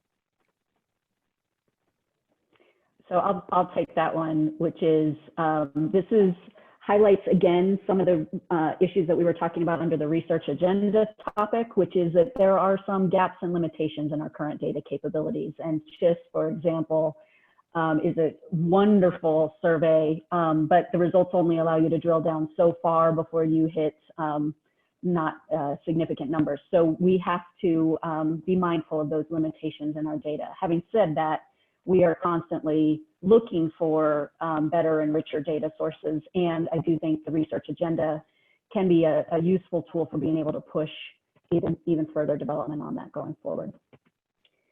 Okay, so I am going to turn it over. Let's advance the slide, please. To the West Health team. It looks like we're still having Ben's screen up. Can we switch back over to, I think, Julie, you were going to drive, yes? Sure. Sorry, there's a... You all have two devices in the same room as well. Can you mute your other devices?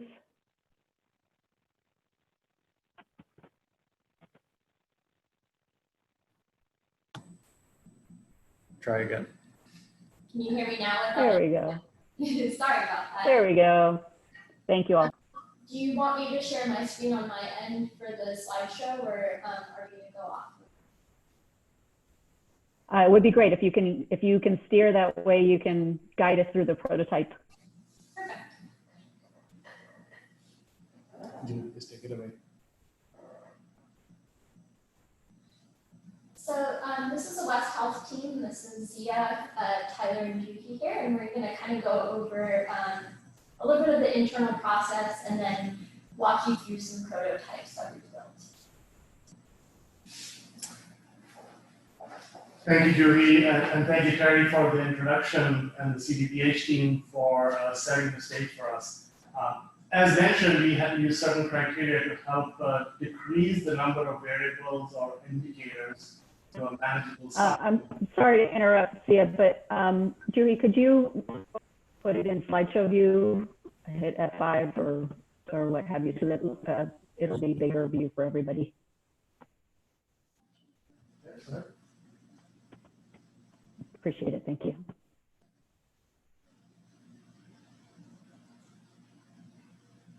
Is that better? Much better. Okay. And so as we looked at the amazing work that was done by the students and looked at all of the indicators to start to develop our prototypes, we used a 4-step process. Initially identifying appropriate data sources that were ideally publicly available, that had data that was frequently updated, and captured the goals laid out by the MPA. We looked at the appropriateness of the data in terms of its ability to be modeled and help support some of the dashboard needs. And then, most importantly, starting to develop some sketches or narratives to tell the story. That's really what a dashboard is allowing us to do, is to tell the story of progress or a timeline for key measures and indicators. And then the next phase is developing the prototypes. We are on our way to getting out for, I would say, 4 to 6 weeks. We have 2 prototypes to share with you on goal 1. Goal 1 is the most advanced, that is the LTSS goal. And then on goal 3, we have some prototypes that are being developed that we will share with you next time. I really want us to focus on getting feedback on the appropriateness of both the layout and presentation, but also on the types of variables that we're talking about. Julie? Thanks, Sia. So just to guys give you an overview of LTSS, goal 1 was really about services and supports, and objective 1 is about access to help those who need to live in their homes and communities, as well as preparing for the challenges and rewards of caregiving. So keeping those objectives in mind, we really looked at the indicators and then started to develop themes across these indicators and build these data sketches. So for goal 1, when we look at long-term services and supports, the first visualization that we really saw a main theme with was institutional care models. And the objective for this is access to high-quality LTSS services in every community. So we're looking at that access or location is basically a proxy for this measure. So we look at indicators such as location of long-term care facilities. And then when we look at quality of care, we're seeing that that is more related to safety deficiencies, which was another indicator that we saw within the list. So we came together and decided that we wanted to utilize these indicators to build more of a system level dashboard using the OSHPD 2018 data, as well as the Nursing Home Compared 2018 data. And I'll briefly show you a prototype of that next, but I'm going to quickly talk about the other 2 visualizations under this bucket. So the visualization 2 is really about activities of daily living and really highlighting the needs of the senior population. So although the objective for this visualization kind of falls under access to the help we need to live in the homes and communities, this visualization really highlights the needs of the senior population. And that's because the data source that we currently have is the BRFIS data source. Now, this prototype can continue to evolve as we get more data and information from the California Health Interview Survey, which will include an LTSS module or questionnaire that can help us answer more of these questions of access rather than need. And then the last visualization that we would build for LTSS is on caregiving. So this one is really following the preparedness for the challenges and rewards of caregiving for an aged loved one. And so the indicators for this are really highlighting the needs of caregivers and basically the burden that they are experiencing. And this data source is from the AARP's caregiver survey, and we're currently working through that data, so we'll have a prototype for you next time. So kind of going into the dashboards of the long-term care utilization and quality of care, I'm going to walk you through this visualization. So the data source for this, again, is OSHA 2018 LTAC utilization and CMS nursing home compare. So this is really looking at the number of deficiencies at the facility level and county level in perspective to the number of licensed beds at long-term care facilities. Therefore, this is more of a ratio. So basically, you can highlight over. And Judy, can you switch to the interactive view? Because we're seeing the static view.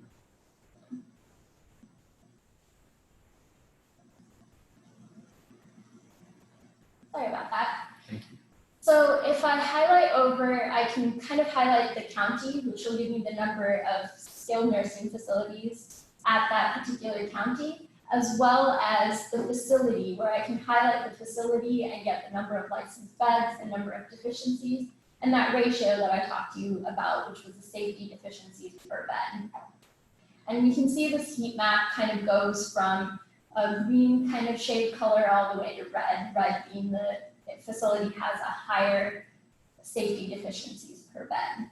Another thing that we can do with this visualization is we can also look at different types of facility types. So we can look at intermediate care facilities, hospice, and conjugate living health facilities. Lastly, another thing that we can do is look at racial groups. We can really look at minorities and non-minorities within a facility. So for potential, if I looked at minority groups, I can see that there are a higher level of safety deficiencies per bed in minorities versus non-minority groups. And I can also even stratify that even more and look at the percentage of the racial group within facilities and counties. So I can now look at minority groups, and I can look at about 50% of minorities within a facility, and it will highlight that county as well as facilities that have about 52% of minority groups. And then if you look on the left-hand side, it's highlighting those demographic values as well, which is payer type, race, and age. And I'll kind of move over to our second visualization on activities of daily living, which Tyler will walk you through. Thanks, everybody. If you have difficulty hearing me, please let me know, because I'm using this computer, but I'm using this one over here to walk through it. So thank you, Judy, for that. As Judy had mentioned, this is using what is known as the BRFIS data, which stands for the Behavioral Risk Factor Surveillance System. And the nature of that data, it's a survey that's given nationwide on a yearly basis. And since it's nationwide and it's yearly, that allows us to do certain things with it. One of which is to kind of track over time how respondents are answering specific questions that we are concerned with. So what we did with this was we took years 2013 through 2018, and we focused in on three questions within the BRFIS and that related to our indicators that we had chosen. So the three questions are: do you have difficulty dressing or bathing? Do you have serious difficulty walking or climbing stairs? And because of a physical, mental, or emotional condition, do you have difficulty doing errands alone, such as visiting a doctor's office or shopping? So on the right-hand side, you'll see these line charts that are plotting the percent of respondents age 65 plus who answered yes to those three questions. And the blue line represents respondents in California, and that orange line is showing you all the other states. So that's just kind of a way to see, how does California look when assessing need compared to the rest of the nation. And on the left-hand side, you'll see we have the race, education level, employment status, and income level. And one thing that we'll implement once we optimize this visual is as you hover over this here, you'll see everybody in 2013 who answered yes to this question in California, what is their race, education, employment status, and income level? And we've also included those filters at the top here in case you just wanted to filter the entire display by those different metrics. So let's say you wanted to see more specifically, how is California doing compared to other states? You can click a button up at the top right here, and this opens up a different way to visualize these data, where you see the color is representing the percent of respondents answering yes, and the more red it becomes, the higher percentage of respondents. And you'll see there's kind of this California shape within the plot, and this is showing you very quickly how are we doing compared to the other states in terms of need. So it also highlights pretty quickly the outliers. So you'll see in 2015, or do you have difficulty dressing or bathing, Puerto Rico had 14.2% respondents answering yes. And within this display, you use a parameter to select which question you want to look into. So it has all three of them, and we've also included the same filters, race, employment, education, and income level, to try to capture that equity piece that we've been talking about. So we've also included another button. Say you wanted to look at this information in a map view, if you're more comfortable with that, you click that button there, and then now you have the same information just presented as a heat map. And you can change the year that you want to look at, and again, which question you're interested in. Thank you, and I'll turn it back over to Juhi. Juhi, in the interest of time, can we maybe do another minute or two and then allow some time for comment? Sure.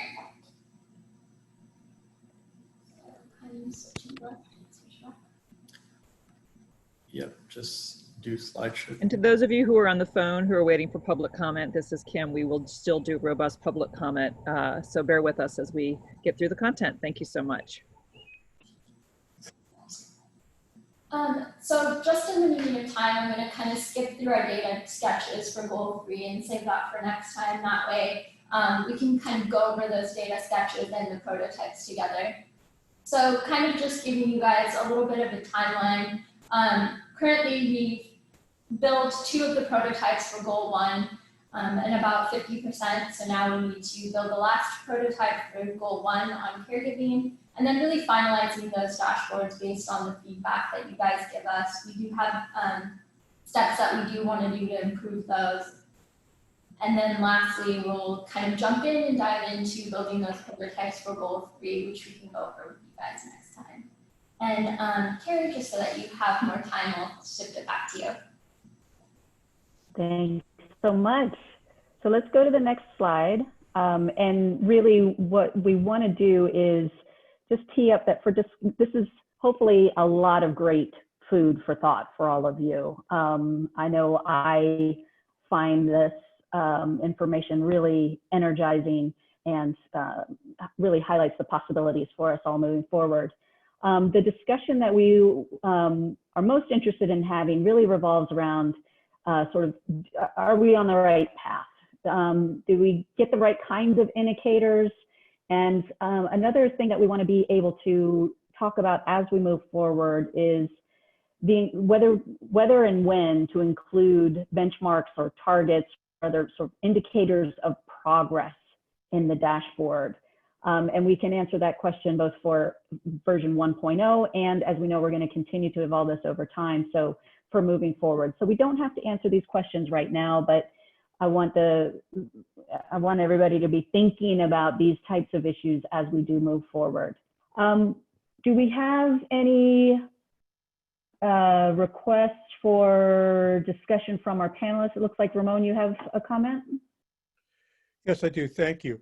So I gather from what we're hearing so far that you're basically taking existing data and displaying it. You're not looking at gathering new data, because what I'm particularly concerned about is the availability of services and how that varies across the state. And also in particular, the services that are available to unpaid caregivers, because as I understand it, most long-term care is provided by them. And so I don't know if you're at some point going to be able to gather additional data that highlights available services, especially services for unpaid caregivers, or if we're working within a framework of what data there is and then different ways of showing it to us. Yeah, that's a great question, Ramon. I think if you consider this sort of our first prototype or version 1.0 of the dashboard, given the timeline, we'll probably be working with existing data.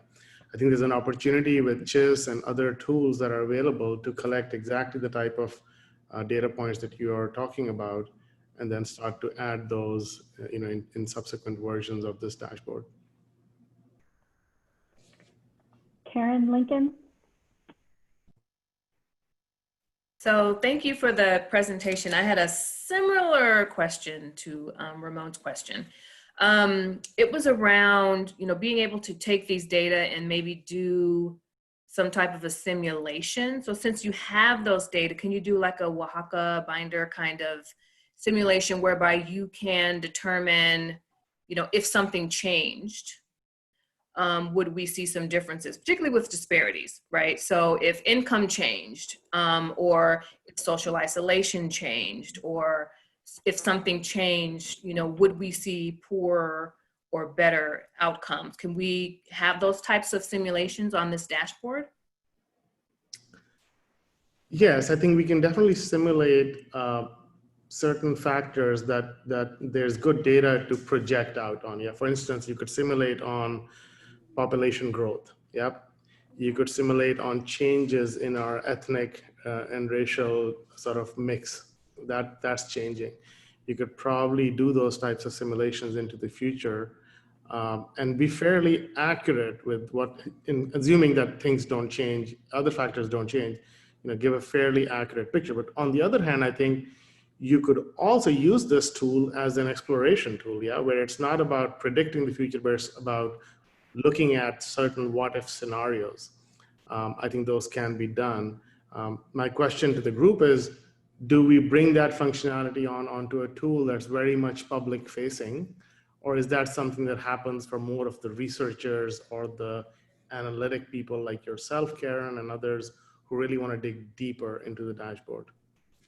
And just to clarify, thank you for that. Just to clarify, it's really, so if I were, working in an agency and I had, X amount of dollars and I wanted to target, and say, I want to focus on, addressing this particular issue, food insecurity or housing insecurity, because it would potentially lead to this change, right?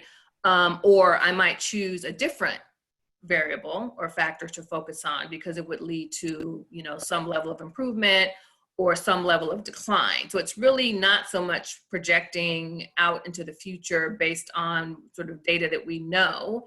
It's really, predicting change if we were to manipulate some factor, some disparity factor. Yeah, again, I think that can be done from a technical point of view or a modeling point of view. The devil is in the detail in terms of understanding the relationships between those factors. Yeah, Mm-hmm. Karen. So if we can understand it, is it a linear relationship, Right. or not linear? What kind of assumptions do you have to make? And a lot of these predictions are based on your assumptions. But clearly that can be done and it's tremendously valuable. You're right. Okay. Thank you. I think we're going to take one more comment from the committee, and then we do have 39 attendees, and I want to make sure we have time to give them some public comment. So Terry, who's next for the committee, and then we'll move to the public. Amy Parker Martin, want to wrap us up? Yeah, thank you so much. Zia, this is incredible work. Thank you so much. It is such a great prototype for us to consider. One of the things I would like to recommend that you do consider on top of Karen's comments, which were excellent, I would also recommend that we think of what is it that we want to be measuring as we look at 2030 that is not quite so granular, maybe some of the big meta questions. So I don't know how that's incorporated here, but that sort of struck me that these are very granular, detailed observations that you would think would change with an increasing population. So if our population of older adults is increasing, you would assume that there are going to be more people who have some of these difficulties in their life. So I'd like us to think about what is the 2030 picture that we're really looking for, and how do these measurements then maybe again at a meta level move us to that direction. So thank you again. You don't really need to respond now to that. I know we're tight on time, but I just wanted to make that comment. No, thank you, Jeannie, and I agree with you. Well, I'm almost speechless with thanks for all the people who have been so hard at work in such a collaborative teamwork way, from West Health, University of California, Berkeley, to CDPH, to all the committee members. There's been a lot done, clearly a lot still to do, but grateful for where we are sitting here today. I do want to turn to the attendees. I see, Maria, thank you for facilitating that. I see at least 2 hands already up, and I'll ask folks to try to be 1 to 2 minutes so we can make sure we hear from as many people as possible. Fantastic. Thank you, Kim. I think first on our list is Art. Art, your line is open on our end. Thank you. My name's Aarp from San Francisco, member of CARA, Gray Panthers. 2 questions. 1, will the subcommittee's research agenda include an examination of the benefits of single payer to health outcomes for seniors if it were to be implemented in California, since single payer legislation includes access to long-term care? That's the first question. Second one, I'd also like to know if the research agenda will inform the master plan on aging on the future of healthcare that's currently provided by nursing homes, care that's provided by nursing homes. In other words, will your research reflect what we learned from the current pandemic, knowing that so many nursing home residents have died due to poorly managed, designed, financed, and regulated nursing homes? And will alternatives to nursing homes as we know them be researched and recommended by the Master Plan for Aging Research Subcommittee?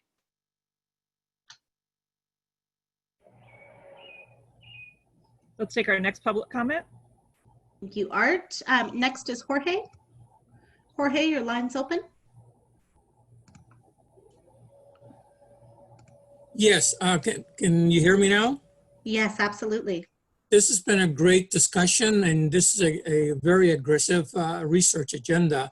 My point that I want to address relate to the equity section of the discussion, and specifically goes to the issue of the developmental disabled individuals. As you all know, there has been a dramatic increase in population growth and in the developmental disabilities of older adults. And a lot of the agencies are not prepared or used to dealing with older adults in their services that they're providing. They're used to more younger population.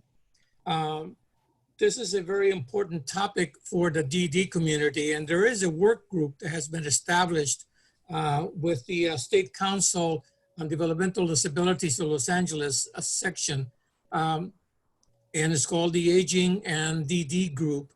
And they have come up with a draft policy and program recommendations that could be considered by the research agenda and by also the overall master plan. The members of the working group involved not only the State Council, but regional centers and some aging organizations and service and DD service organizations. And they've been looking also at the data, looking at the Department of Developmental Services fact book, census data, and a number of other places where there are some information and data that can be gathered relating specifically to the DD population. And I would behoove, I think, that we need to consider the DD population in a much broader way and make sure that they're included in the discussion. And we need to make sure that we're not discussing disabilities based on chronic disabilities, but we should be looking at disabilities from the developmental and intellectual disabilities. So that was one point that I wanted to make. The second point was dealing with the Native American population. That's also another population that needs to be looked at and included as part of the state plan. And we should be doing some gathering of data as to how the Indian population is being, and the lack of services that they're having in dealing with our aging services in California. We know that they have a separate title under the Older Americans Act, but that applies to federally recognized tribes and not necessarily to urban Indians that are living in cities. And that's where we have the gap and the barriers for the Indian community and accessing aging services. So that's another area that I think we should be looking as part of the agenda that is being developed here today. Thank you. Thank you. And I'm not seeing anyone else in comment, but I want to thank both of those comments for really substantive feedback on making sure the data is for action, is tied to policy, is tied to results, and that we truly are inclusive in every way. I appreciate both the populations you lifted up, and there are partnerships in place there, but more work to be done. So many thanks. Let me take a quick attempt at a speed round of summary for next steps. As you can tell, much work will happen in between. Carrie, do you want to do it? Actually, I've got a couple that I'll let you start, and then I can sweep behind you with a couple on my mind. But yeah, so in terms of the research agenda, we have a group of folks who are going to be working to figure out next steps and come up with a outline of an agenda. There'll probably be some some convening and talking through this next month. Please email me if you're on this committee and you would like to be part of that. That's my next step for research agenda. Passing it back to you, Kim. Terry, anything you want to add on dashboard? No, just that I really appreciate the discussion and the feedback and welcome more of it. And that we clearly have a great team of experts who are helping move things along. So look forward to continue to evolving this and showing more progress on our next meeting. Yes, and I will announce, but not put into the hot seat, that CDA has our first full-time data research staffer. Daniel Birmingham started Monday, so we're going to give him a minute before we put him in the hot seat. But we are thrilled that we are expanding our data capacity at CDA, because clearly, while we will always be working in partnership, we are thrilled to be strengthening our foundation as well. So welcome, Dan, and we'll look forward to introducing him more to all of you soon. Meanwhile, please send your feedback, as always, to the Engage email box. That's how we continue to hear from you. If we didn't hear from you enough at this conversation or in public comment, there it is, engage@aging.ca.gov. Meanwhile, thank you so much for joining us, for being part of this conversation, for all the work you do in between, and for helping us get this right and continually do better. Be well, be safe, stay connected. Thank you.